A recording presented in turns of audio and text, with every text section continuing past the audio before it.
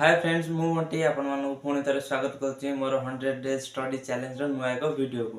तो आपण मैंने जमती कि जानी आज मोर डे 7 हो गला 100 डेज स्टडी चैलेंज तो ये वीडियो रे मु बेसिकली आपण मानू कहबी डे 7 जा मोर कौन केमती जर्नीटा रहा कौन केमती असुविधा फेस करिया पड़ला कौन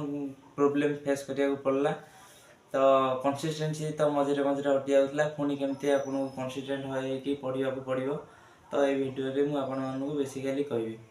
तो डेरी नक वीडियो आरंभ करवा पूर्व गोटे छोटिया इनफर्मेशन आप दे दूँगी। तो जो मैंने वीडियो को नुआ दयाकोरी लाइक गोटे ना करदे और सब्सक्राइब करदे एवं कम जदि कि पूर्व वीडियो कि आगु जो वीडियो मुझे वीडियो जदि किसी डाउट थी आपण मानकर जब मन में किसी डाउट थी कौन केमती कंसिस्टेंसी हटि जाऊँ जदि किसी डाउट थो ताने कमेंट रे आपण माने मते कहि परिबे। तो मु आपण मानू कमेंट रे तार रिप्लाई दे देबी। तो चलतु वीडियो आरंभ करिवे। तो आज वीडियो रहियो केमती कौन कंसिस्टेंसी सहित मुझे 7 दिन पढ़ी तो से विषय रे आपण मानू कहबी। मोर भी कंसिस्टेंसी मझे हटि जाइतिला आपन जमती कहली 2 दिन पढ़ली 3 दिन बेलू आउ मन लगलानी कंसिस्टेंसी हटला धीरे धीरे टाइम भी कमिला से आपको पूर्व वीडियो रे गोटे कही कंसिस्टेंसी सहित परसिस्टेंसी परसिस्टेंसी कौन आपण मान पूर्व वीडियो कही जो मैंने नुआ आसती मो पूर्व वीडियो जाई देखते पारे। तो से जदि आज मुझे जमी कहती आज पढ़ली 7 घंटा कि 8 घंटा सपोज गोटे 7 घंटा 8 घंटा पढ़ली काली मुझे 7 घंटा 8 घंटा पढ़ी होनी 3 घंटा कि 4 घंटा पढ़ली तो पढ़ तो डेली 100 डेज चैलेंज डेली पढ़ से लगी मुझे गोटे परसिस्टेंसी वार्डटे कही। तो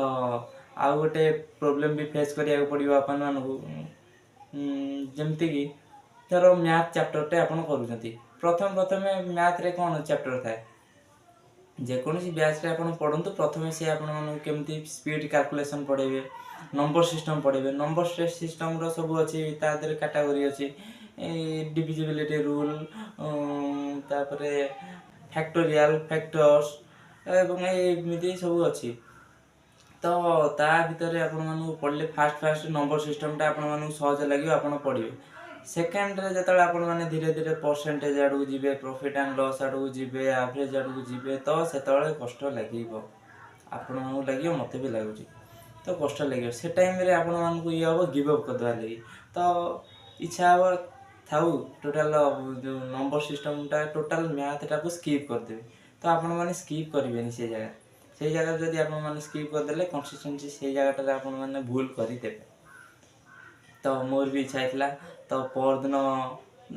गोटे सांगटे फोन करी एमती मत कहला मैथटा स्किप करदे लगी भी मुझे कही तो आपण मानू भी कहूँ।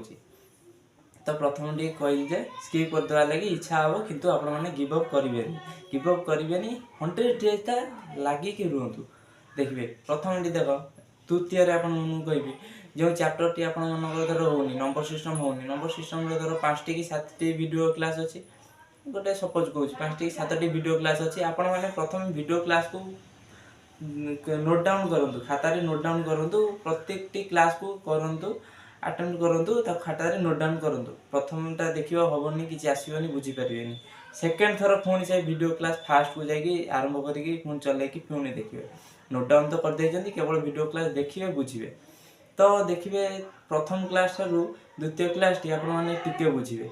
टिके बुझे पुणी 7टा क्लास थर करेंगे पुणी थे तृतीय थर पर पुणी रिवाइज कला भाई पुणी थे प्रथम रू करेंगे देखिए आप प्रथम क्लास जी बुझीपार थे थर्ड नंबर क्लास को सब बुझीपारे तो से प्रोसेस भी गोटे फॉलो करेंगे आप। तो मु 3टी प्रोसेस कहली जमती प्रथम टी प्रोसेस है आपण मैंने कंसिस्टेंट सहित परसिस्टेंसी सहित लगिकी रे डे 7 हो गला मु डे 21 रे भी गोटे वीडियो आनी से भी किसी कहि डे 21 जा कौन प्रोब्लेम फेस करिया पड़ला कहि। तो प्रथम टी जमती कहली आपण मैंने परसिस्टेंसी सहित लगिकी रे आज है 5 घंटा पढ़ली काली 7 घंटा पढ़ली आज 3 घंटा पढ़ली पढ़ी चलतु 7 दिन जा मुझे पढ़ी चलली आपण मैंने पढ़ी चलतु तो 10 दिन जा भी आपण मैंने पढ़ी चलतु। तो सेमती आपण मानू मु कहली तो सेकेंड रे आपण मानू जमती कहली गिव अप करदेवा लगी इच्छा हम चैप्टर बुझी पारे तो से चैप्टर जमती बुझी पारे तो आपण मैंने पढ़ु पढ़तु आपे आपे से आउ थार्ड जोटा कहली कि रिवाइज करी पढ़तु गोटे वीडियो देखिले आसलानी सेकेंड थर देखिए थर्ड टाइम भी देखिए से वीडियो को 3 थर देखला पर से वीडियोटी ऑटोमेटिक आपनकर हो नंबर सिस्टम हो परसेंटेज हो प्रॉफिट एंड लॉस हो एवरेज हो जेकोसी भी चैप्टर हो तो आपण माने तो बारंबार प्रैक्टिस कले आपनकर हो तो तो आपण माने बारंबार प्रैक्टिस कले हो तो लास्ट को आपन गोटे कथा कहूची तो लास्ट आपन गोटे कथा कहूँ मन रखिए 100 डेज चैलेंज मो सहित आपण मैंने लगिकी रुहतु ता गोटे हिंदी रे कहते टिके मन पड़ू टिके शुणु बस 100 डेज तक टिक कर रहना है मेरे साथ 100 डेज तक टिक कर रहना है और हार नहीं मानना है टिक कर रहना है ठीक है थैंक यू।